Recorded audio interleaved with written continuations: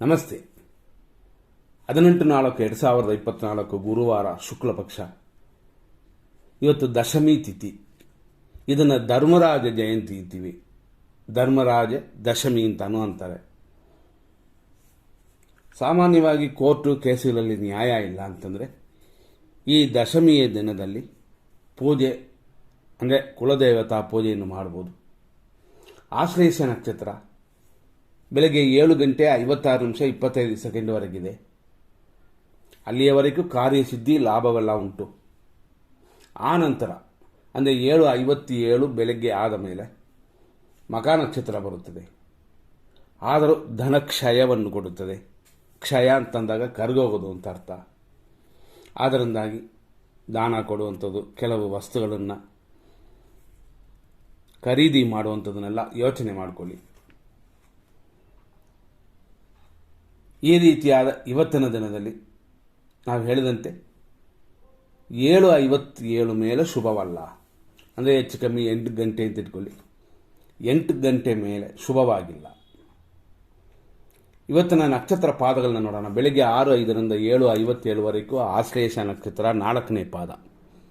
ಅಷ್ಟಕ್ಕೆ ಆಶ್ಲೇಷವೇ ಮುಗಿದೋಗುತ್ತದೆ. ಅಂದರೆ ಕರ್ಕಾಟಕ ರಾಶಿ ಮುಗಿದೋಗುತ್ತದೆ 7:57. ಆನಂತರ ಮಧ್ಯಾಹ್ನ 2:40 ಮಖ ನಕ್ಷತ್ರ 1ನೇ ಪಾದ. 1ನೇ ಪಾದ ಅಂತಂದಾಗ ಅದು ಸಿಂಹರಾಶಿ ಬರುತ್ತದೆ. ಆನಂತರ ರಾತ್ರಿ 9:25 ಮಖ ನಕ್ಷತ್ರ 2ನೇ ಪಾದ ಸಿಂಹರಾಶಿ. ಅದಾದ ನಂತರ ಬೆಳಗಿನ ಜಾವ 4:11 ಮಖ ನಕ್ಷತ್ರ 3ನೇ ಪಾದ ಸಿಂಹರಾಶಿ. ಬೆಳಗಿನ ಜಾವ 4:11 ನಂತರ ಬೆಳಗಾಗುವವರೆಗೂ ಅಂದರೆ ಸೂರ್ಯ ಉದಯ ಆಗುವವರೆಗೂ ಮಖ ನಕ್ಷತ್ರ 4ನೇ ಪಾದ. ಈ ರೀತಿಯಾಗಿ ಇವತ್ತಿನ ದಿನವನ್ನು ನೋಡಿದಿವಿ. ಇವತ್ತಿನ ದಿನದಲ್ಲಿ 100% ಶುಭವು 100% ಅಶುಭವನ್ನು ನೋಡೋಣ. ಅಶುಭದಲ್ಲಿ ಯಾವುದನ್ನು ಪ್ರಾರಂಭ ಮಾಡಬಾರದು. ಶುಭದಲ್ಲಿ ಪ್ರಾರಂಭ ಮಾಡಿರೋದನ್ನು ಅಶುಭದಲ್ಲಿ ಮಾಡ್ತಾ ಹೋಗ್ಬೋದು.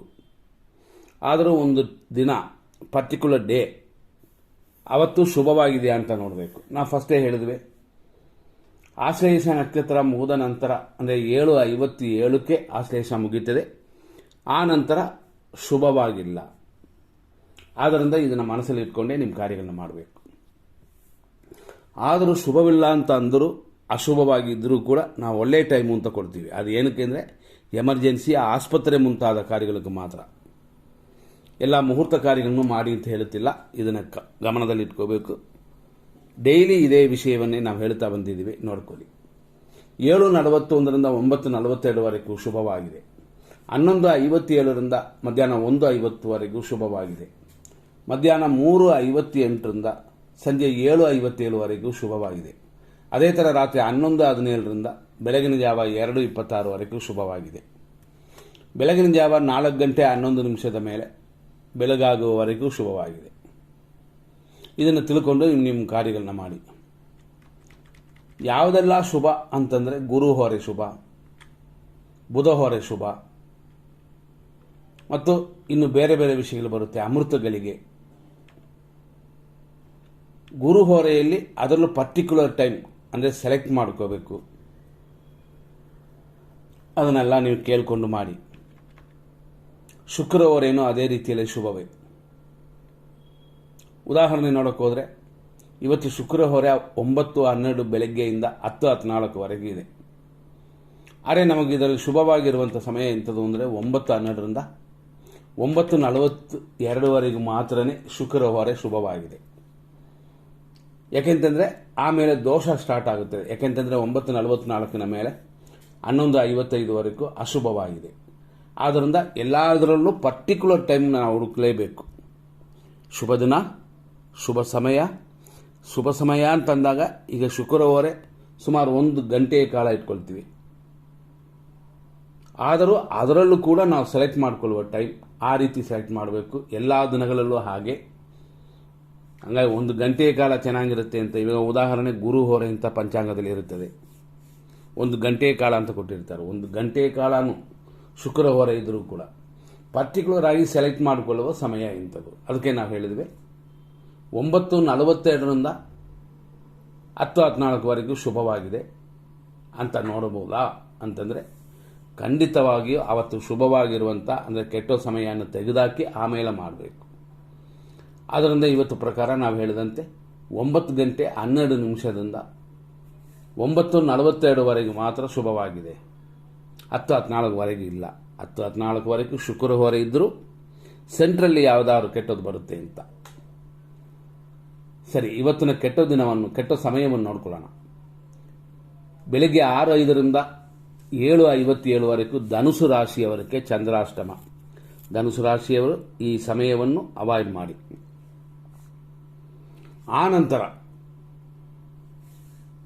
ಫುಲ್ ಅಂದರೆ ದಿನ ಪೂರ್ತಿ ಮಕರ ರಾಶಿಯವರಿಗೆ ಚಂದ್ರಾಷ್ಟಮ ಉಂಟು ದಿನ ಪೂರ್ತಿ.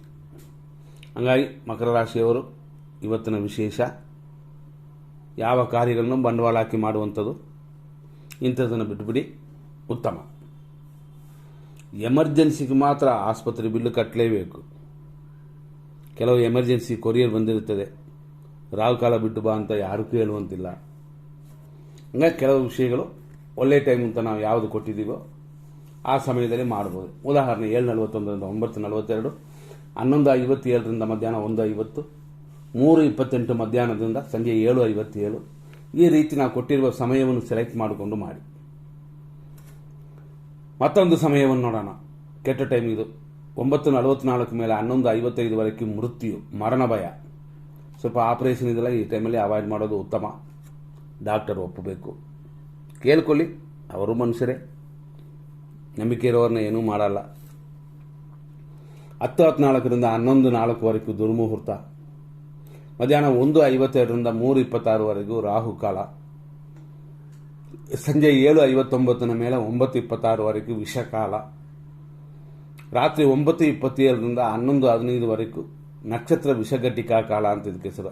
ಅಂದರೆ ಇಂಪಾರ್ಟೆಂಟ್ ಆಗಿ ಇದು ಜನರಲ್ ಆಗಿ ಎಲ್ಲರಿಗೂ ನೋಡ್ಕೋಬಹುದು. ಆದರೂ ಮಖ ನಕ್ಷತ್ರದವರು ಇವತ್ತು ತುಂಬ ಗಮನ ಕೊಡಿ. ಈ ರೀತಿಯಾದ ಇವತ್ತಿನ ದಿನಗಳಲ್ಲಿ ವಿಷಯಗಳನ್ನು ನೋಡಿಕೊಂಡು ನಿಮ್ಮ ಕಾರ್ಯಗಳನ್ನು ಮಾಡಿ. ಯಾವ ನಕ್ಷತ್ರ ಯಾವ ರಾಶಿಯವರಿಗೆ ಶುಭವಾಗಿದೆ ಅಂತ ಇವತ್ತು ನೋಡೋಣ. ಅಶ್ವಿನಿ ನಕ್ಷತ್ರ ಮೇಷರಾಶಿಯವರಿಗೆ ಇವತ್ತಿನ ದಿನ ಪ್ರಕಾರ 7:57ವರೆಗೂ ಪರವಾಗಿಲ್ಲ. ಆ ನಂತರ ಯೋಚನೆ ಮಾಡಿ. ಭರಣಿ ನಕ್ಷತ್ರ ಮೇಷರಾಶಿಯವರಿಗೆ ಮಿತ್ರಧಾರೆಯು ಪರಮ ಮಿತ್ರಧಾರೆಯ ಇವತ್ತು ದಿನ ಪೂರ್ತಿ ಚೆನ್ನಾಗಿದೆ. ಕೃತಿಕಾ ನಕ್ಷತ್ರ ಮೇಷರಾಶಿ 1ನೇ ಪಾದದವರೆಗೆ ಟೆನ್ಷನ್ ಇದೆ. ರೋಗ ಭಯ 7:57 ಅಂದರೆ ಹೆಚ್ಚು ಕಮ್ಮಿ 8 ಗಂಟೆವರೆಗೂ. ಆ ನಂತರ ಕಾರ್ಯಗಳಲ್ಲಿ ಅನುಕೂಲ ಉಂಟು. ಕೃತಿಕಾ ನಕ್ಷತ್ರ ವೃಷಭ ರಾಶಿ ಟೆನ್ಷನ್ ಇದೆ, ದ್ರವ್ಯ ಲಾಭವಿದೆ 7:57ವರೆಗೂ.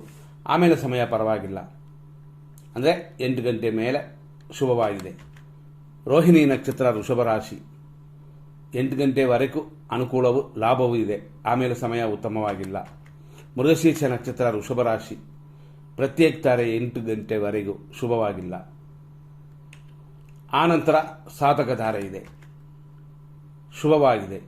ಮೃಗಶೀರ್ಷ ನಕ್ಷತ್ರ ಮಿಥುನ ರಾಶಿ 7:57 ಮೇಲೆ ಶುಭಕರವಾಗಿದೆ. ಆರುದ್ರ ನಕ್ಷತ್ರ ಮಿಥುನ ರಾಶಿ 7:57ವರೆಗೂ ಶುಭಕರವಾಗಿದೆ. ಆದರೂ ಧನಹಾನಿ ಅಂತ ಒಂದು ವಿಷಯ ಬರೋದರಿಂದ ಹಣಕಾಸಿನ ವಿಷಯದಲ್ಲಿ ಗಮನ ಕೊಟ್ಕೊಳ್ಳಿ. ಇದರಲ್ಲಿ ವಿಶೇಷವಾಗಿ ನಾವು ನೋಡುವಂಥದ್ದು ಏನಂದರೆ ಆರುದ್ರ ಮೂದ ನಂತರ ಬರೋದು ಮಿಥುನ ರಾಶಿಯಲ್ಲಿ ಮೃಗಶೀರ್ಷ ಆರುದ್ರ ಪುನರ್ವಸು ಅಂತ ಆ ಲೈನ್ ಪ್ರಕಾರ ಬರುತ್ತದೆ. ಆದ್ದರಿಂದಾಗಿ ಇವತ್ತಿನ ದಿನ ಆರುದ್ರ ನಕ್ಷತ್ರಕ್ಕೆ ಕ್ಷೇಮವು, ಸೇಮ್ ಟೈಮಲ್ಲಿ ಧನಹಾನಿ. ಆದರೆ ಅದೇ ರಾಶಿಯಲ್ಲಿರುವ ಪುನರ್ವಸು ನಕ್ಷತ್ರಕ್ಕೆ ವಿಪತ್ತು, ಧನಹಾನಿ ಇದೆ 7:57ವರೆಗೂ. ಹಂಗಾಗಿ ಇಲ್ಲಿ ಗಮನಿಸಿ, ಒಂದೇ ರಾಶಿಗೆ ನೋಡೋದು ಬೇರೆ, ಒಂದೊಂದು ನಕ್ಷತ್ರಕ್ಕೂ ನೋಡೋದು ಬೇರೆ. ಸಪ್ರೇಟ್ ನೋಡಿದ್ರೇ ಗೊತ್ತಾಗೋದು. ಯಾಕೆಂದರೆ ನಾವು ಫಸ್ಟ್ ಹೇಳಿದಂತೆ ಆರುದ್ರ ನಕ್ಷತ್ರ, ಆದರೆ ಮಿಥುನ ರಾಶಿಯವರಿಗೆ ಕ್ಷೇಮವು ಧನಹಾನಿಯೂ ಉಂಟು. ಸೇಮ್ ಟೈಮಲ್ಲೇ ಪುನರ್ವಸು ನಕ್ಷತ್ರ ಮಿಥುನ ರಾಶಿ, ಹಂಗಾಗಿ ಅದೇ ರಾಶಿ ಬರುತ್ತದೆ, ಆದರೆ ವಿಪತ್ತು ಧನಹಾನಿ ಬರುತ್ತದೆ. ಹಂಗಾಗಿ ಎಚ್ಚರವಾಗಿರಬೇಕಾಗ್ತದೆ. ಆದ್ದರಿಂದ ಜನರಲ್ ಆಗಿ ಒಂದು ರಾಶಿಗೆ ನೋಡೋದ್ರಿಂದ ಸಪ್ರೇಟ್ ನಕ್ಷತ್ರಕ್ಕೆ ನೋಡೋದು ಉತ್ತಮ. ಇದಕ್ಕಿಂತ ಅವರವರ ಜಾತಕದಲ್ಲಿ ದಶಾಭುಕ್ತಿ ನೋಡಿಕೊಳ್ಳೋದು ಉತ್ತಮ. ಅದರಲ್ಲಿ ಒಂದು 3 ತಿಂಗಳು 2 ತಿಂಗಳಿಗೊಂದು ಸತಿ ಕೂಡ ಚೇಂಜ್ ಆಗುತ್ತದೆ. ಕೆಲವು ಟೈಮ್ 1 ವರ್ಷ 1.25 ವರ್ಷ ಇರ್ತದೆ. ಹಂಗಾಗಿ ನಿಮ್ಮ ಸರಿಯಾಗಿ ನೋಡುವವರ ಹತ್ರ ತೋರಿಸ್ಕೊಂಡು ನಿಮ್ಮ ಆಗು ಹೋಗುನ್ನ ಸರಿಯಾಗಿ ನೋಡ್ಕೊಳ್ಳಿ. ಪುನರ್ವಸು ನಕ್ಷತ್ರ ಕರ್ಕಾಟಕ ರಾಶಿ 4ನೇ ಪಾದ ಈ ರೀತಿ ನೋಡಿದ್ರೆ ಇವತ್ತಿನ ದಿನಕ್ಕೆ ವಿಪತ್ತು ಉಂಟು. ಆದ್ದರಿಂದ ಬೆಳಗ್ಗೆವರೆಗೆ ಎಚ್ಚರ. 7:57 ನಂತರ ಶುಭಕರವಾಗಿದೆ. ಪುಷ್ಯ ನಕ್ಷತ್ರ, ಕರ್ಕಾಟಕ ರಾಶಿ, ಸಂಪತ್ತಿದೆ, ಶರೀರ ಸುಖವಿದೆ 7:57ವರೆಗೂ. ಆ ನಂತರ ಹೇಳಿಕೊಳ್ಳುವಂತೆ ಇಲ್ಲ. ವೇಸ್ಟ್ ಖರ್ಚು, ಆಸ್ಪತ್ರೆ ಖರ್ಚುಗಳೆಲ್ಲ ಬರುತ್ತದೆ, ಎಚ್ಚರವಾಗಿರಿ. ಆಶ್ಲೇಷ ನಕ್ಷತ್ರ, ಕರ್ಕಾಟಕ ರಾಶಿ, 7:57 ಮೇಲೆ ಶುಭಕರವಾಗಿದೆ. ಆದರೂ ಹಣಕಾಸಿನ ವಿಷಯ ತೃಪ್ತಿಯಾಗಿಲ್ಲ. ಮಖ ನಕ್ಷತ್ರ, ಸಿಂಹರಾಶಿ, 7:57ವರೆಗೂ ಶುಭಕರವಾಗಿದೆ. ಒಳ್ಳೆಯ ಸಮಯ ಇದು ಬೆಳಗ್ಗೆ. ಪುಬ್ಬ ನಕ್ಷತ್ರ, ಸಿಂಹರಾಶಿ, ಮಿತ್ರಧಾರೆಯು ಸ್ವಲ್ಪ ವ್ಯಯವು 7:57ವರೆಗೂ. ಆ ನಂತರ ಪರಮ ಮಿತ್ರಧಾರೆ, ಶರೀರ ಸುಖ ಉಂಟು. ಉತ್ತರ ನಕ್ಷತ್ರ, ಸಿಂಹರಾಶಿ, ಟೆನ್ಷನ್ ಇದೆ, ವ್ಯಯವಿದೆ. 7:57 ಮೇಲೆ ಪರವಾಗಿಲ್ಲ, ಚೆನ್ನಾಗಿದೆ. ಉತ್ತರ ನಕ್ಷತ್ರ, ಕನ್ಯಾ ರಾಶಿ, 7:57 ಮೇಲೆ ಮಿತ್ರಧಾರೆಯು ಸ್ವಲ್ಪ ಖರ್ಚು ಹೆಚ್ಚಾಗೋದನ್ನು ಬರುತ್ತದೆ. ಹಸ್ತ ನಕ್ಷತ್ರ, ಕನ್ಯಾ ರಾಶಿ, ಅನುಕೂಲ, ಇಷ್ಟಾರ್ಥ ಸಿದ್ಧಿ 7:57ವರೆಗೂ. ಚಿತ್ತಾ ನಕ್ಷತ್ರ, ಕನ್ಯಾ ರಾಶಿ, 7:57 ಮೇಲೆ ಅನುಕೂಲದ ತಾರೆ ಇದು. ಆದ್ದರಿಂದಾಗಿ 7:57 ಮೇಲೇ ಇವತ್ತು ನಿಮಗೆ ಚೆನ್ನಾಗಿರೋದು. ಅದರಲ್ಲಿ ನಾವು ಕೊಟ್ಟಿರುವ ಒಳ್ಳೆಯ ಸಮಯನ ನೋಡಿಕೊಳ್ಳಿ.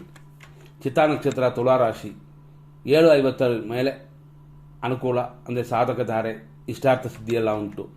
ಸ್ವಾತಿ ನಕ್ಷತ್ರ, ತುಲಾರಾಶಿ, ಕ್ಷೇಮವು, ಉದ್ಯೋಗ ಕಾರ್ಯಗಳಲ್ಲಿ ಕೆಲಸ ಕಾರ್ಯಗಳ ಅಭಿವೃದ್ಧಿಯೂ ಇದೆ. 7:57 ಮೇಲೆ ಸ್ವಲ್ಪ ನೋಡ್ಕೊಂಡು ನಡ್ಕೋಬೇಕಾಗ್ತದೆ. ವಿಶಾಖ ನಕ್ಷತ್ರ, ತುಲಾರಾಶಿ, ವಿಪತ್ತು ಉಂಟು. ಹಂಗಾಗಿ ಬೆಳಗ್ಗೆ ಗಾಡಿಯಲ್ಲಿ ಹೋಗೋರು ಹುಷಾರಾಗಿರಿ. 7:57 ಮೇಲೆ ಪರವಾಗಿಲ್ಲ. ವಿಶಾಖ ನಕ್ಷತ್ರ, ವೃಶ್ಚಿಕ ರಾಶಿ, 7:57 ಮೇಲೇ ಶುಭಕರವಾಗಿರೋದು. ಅನುರಾಧ ನಕ್ಷತ್ರ, ವೃಶ್ಚಿಕ ರಾಶಿ, 7:57ವರೆಗೂ ಸಂಪತ್ತು ಕಾರ್ಯಗಳಲ್ಲಿ ಅಲ್ಪ ಸ್ವಲ್ಪ ತಡೆ ಉಂಟು. ಅರೆ ಆಮೇಲೆ ಸಮಯ ಉತ್ತಮವಾಗಿಲ್ಲ. ಜ್ಯೇಷ್ಠ ನಕ್ಷತ್ರ, ವೃಶ್ಚಿಕ ರಾಶಿ, 7:57 ಮೇಲೆ ಸಂಪತ್ತು, ಕೆಲಸ ಕಾರ್ಯಗಳ ಅಭಿವೃದ್ಧಿ ಎಲ್ಲವೂ ಸೇರುತ್ತದೆ. ಮೂಲ ನಕ್ಷತ್ರ, ಧನುಸು ರಾಶಿ, ಪರಮ ಮಿತ್ರ ಧಾರೆಯಾಗಿದೆ. ಹಂಗಾಗಿ 7:57ವರೆಗೂ ಶುಭಕರವಾಗಿದೆ. ಪೂರ್ವಾಷಾಢ ನಕ್ಷತ್ರ, ಧನುಸು ರಾಶಿ, 7:57ವರೆಗೂ ಶುಭವಾಗಿದೆ. ಆದರೂ ಆರೋಗ್ಯದಲ್ಲಿ ಎಚ್ಚರ. 7:57 ಮೇಲೆ ಎಲ್ಲವೂ ಕ್ಲಿಯರ್ ಆಗುತ್ತದೆ. ಉತ್ತರಾಷಾಢ ನಕ್ಷತ್ರ, ಧನುಸು ರಾಶಿ, 1ನೇ ಪಾದ, ಟೆನ್ಷನ್ ಇದೆ, ರೋಗ ವೃದ್ಧಿ ಇದೆ. 7:57ವರೆಗೂ ಸಮಯ ಉತ್ತಮವಾಗಿಲ್ಲ, ಆಮೇಲೆ ಪರವಾಗಿಲ್ಲ. ಉತ್ತರಾಷಾಢ ನಕ್ಷತ್ರ, ಮಕರ ರಾಶಿ, 7:57 ನಂತರ ಶುಭಕರವಾಗಿದೆ. ಮಿತ್ರಧಾರೆ ಇದೆ, ಪರರಿಂದ ಸಹಾಯ ಉಂಟು. ಶ್ರವಣ ನಕ್ಷತ್ರ, ಮಕರ ರಾಶಿ, ಅನುಕೂಲವು, ಸುಖ, ಅಭಿವೃದ್ಧಿ 7:57ವರೆಗಿದೆ. ಧನಿಷ್ಠ ನಕ್ಷತ್ರ, ಮಕರ ರಾಶಿ, 7:57 ಮೇಲೆ ಅನುಕೂಲವು, ಆದರೂ ಸ್ವಲ್ಪ ಆರೋಗ್ಯದ ವಿಷಯದಲ್ಲಿ ಗಮನವೂ ಬೇಕು. ಧನಿಷ್ಠ ನಕ್ಷತ್ರ, ಕುಂಭರಾಶಿ, ಪ್ರತ್ಯೇಕ ತಾರೆ, 7:57ವರೆಗೂ ಸಮಯ ಉತ್ತಮವಾಗಿಲ್ಲ. ಆ ನಂತರ ದಿನ ಪೂರ್ತಿ ಚೆನ್ನಾಗಿದೆ. ಶತಭಿಷ ನಕ್ಷತ್ರ, ಕುಂಭರಾಶಿ, 7:57ವರೆಗೂ ಪರವಾಗಿಲ್ಲ. ಆ ನಂತರ ಖಂಡಿತವಾಗಿ ಕಾರ್ಯಗಳಲ್ಲಿ ಗಮನ ಇರಲೇಬೇಕು. ಪೂರ್ವ ಭಾದ್ರಪದ ನಕ್ಷತ್ರ, ಕುಂಭರಾಶಿ, ಏಟು ಗಾಯಗಳು ಇದೆಲ್ಲ ಬೆಳಗ್ಗೆ 7:57ವರೆಗೂ. ಆ ನಂತರ ಎಲ್ಲವೂ ಶುಭಕರವಾಗಿರುತ್ತದೆ. ಪೂರ್ವ ಭಾದ್ರಪದ ನಕ್ಷತ್ರ, ಮೀನರಾಶಿ, 4ನೇ ಪಾದ, 7:57 ಮೇಲೆ ಕ್ಷೇಮವು, ಶತ್ರುನಾಶ ಉಂಟು. ಶತ್ರು ಕಾಟ ಕೂಡ ಈ ಸಮಯದಲ್ಲಿ ಇಲ್ಲ. ಉತ್ತರ ಭಾದ್ರಪದ ನಕ್ಷತ್ರ, ಮೀನರಾಶಿ, ಸಂಪತ್ತು, ಸ್ವಲ್ಪ ಕಾರ್ಯವಿಘ್ನ, ಇದೆಲ್ಲ 7:57ವರೆಗೂ. 7:57 ಮೇಲೆ ವಿಪತ್ತು, ಜಾರುವ ಬೀಳುವ ದಿನವಿದು, ಎಚ್ಚರ. ರೇವತಿ ನಕ್ಷತ್ರ, ಮೀನರಾಶಿ, 7:57 ಮೇಲೆ ಶುಭಕರವಾಗಿದೆ ನಿಮ್ಮ ಕಾರ್ಯಗಳಿಗೆ. ಆದರೂ ನಾವು ಫಸ್ಟೇ ಹೇಳಿದ್ವಿ ಇವತ್ತಿನ ದಿನ ಹೆಂಗಿದೆ ಅಂತ. 7:57 ಆಶ್ಲೇಷ, ಪರವಾಗಿಲ್ಲ, ದೋಷವಿಲ್ಲ. ಆಮೇಲೆ ಬರುವ ಮಖ ನಕ್ಷತ್ರ ಶುಭವಾಗಿರುತ್ತೆ ಅಂತ ನಾವು ತಿಳ್ಕೊಂಡ್ರೂ ಕೂಡ ಧನಕ್ಷಯ ಇರೋದರಿಂದ ಎಚ್ಚರವಾಗಿದೆ. ಮುಂದಿನ ಸಂಚಿಕೆಯಲ್ಲಿ ನೋಡೋಣ. ನಮಸ್ಕಾರ.